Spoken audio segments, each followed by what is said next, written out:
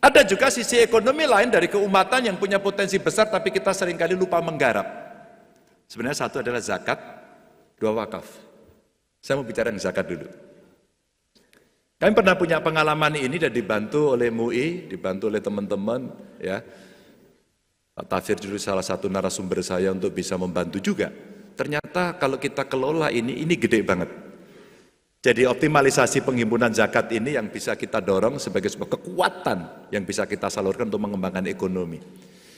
Kalau kita menghimpun ZIS, Basnas, ini pengalaman saya nggak berani melihat yang lain, sehingga evidence base-nya yang mau saya tunjukkan. Kita menghimpun zakat itu 2014 itu sekitar 3,65 miliar.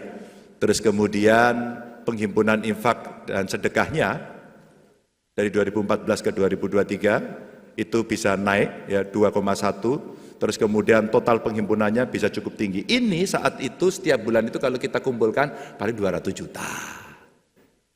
Naik dikit 250 juta gitu. Sekarang bisa 6 miliar. Dan ini sebenarnya yang bisa kita dorong untuk kita geser santunan yatim piatu, membangun sekolah dan sebagainya. Ketika pemerintah kemudian, kan belum ada anggarannya.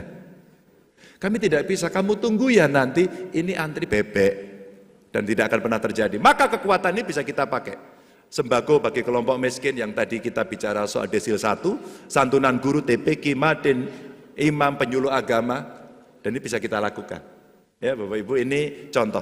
Dan ini dengan segala cara kita sampaikan, maka kuncinya begitu masyarakat punya kesadaran membayar ZIS-nya, ternyata hanya butuh satu keputusan saja, payroll system. Payroll system inilah yang kemudian untuk ASN bisa didorong, tapi masyarakat kemudian kita ajak untuk mau terlibat. Bapak Ibu, ini potensi yang cukup besar yang bisa kita lakukan.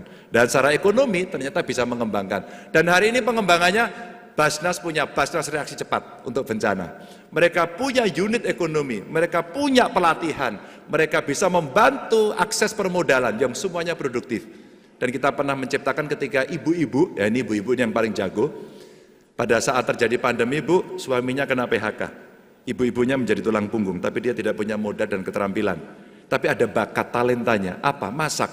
Maka pada saat itu kita buat namanya Z Chicken, maksudnya zakat chicken.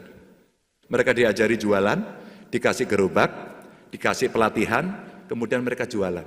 Off-taker-nya siapa? Pemerintah lebih dulu. Jadi kalau kita punya acara, kita beli dari mereka. Maka menggelindinglah di awal sebagai sebuah proses bagaimana mereka startup bisnisnya bisa berjalan. Lanjut. Jelajahi cara baru mendapatkan informasi. Download Metro TV Extend sekarang.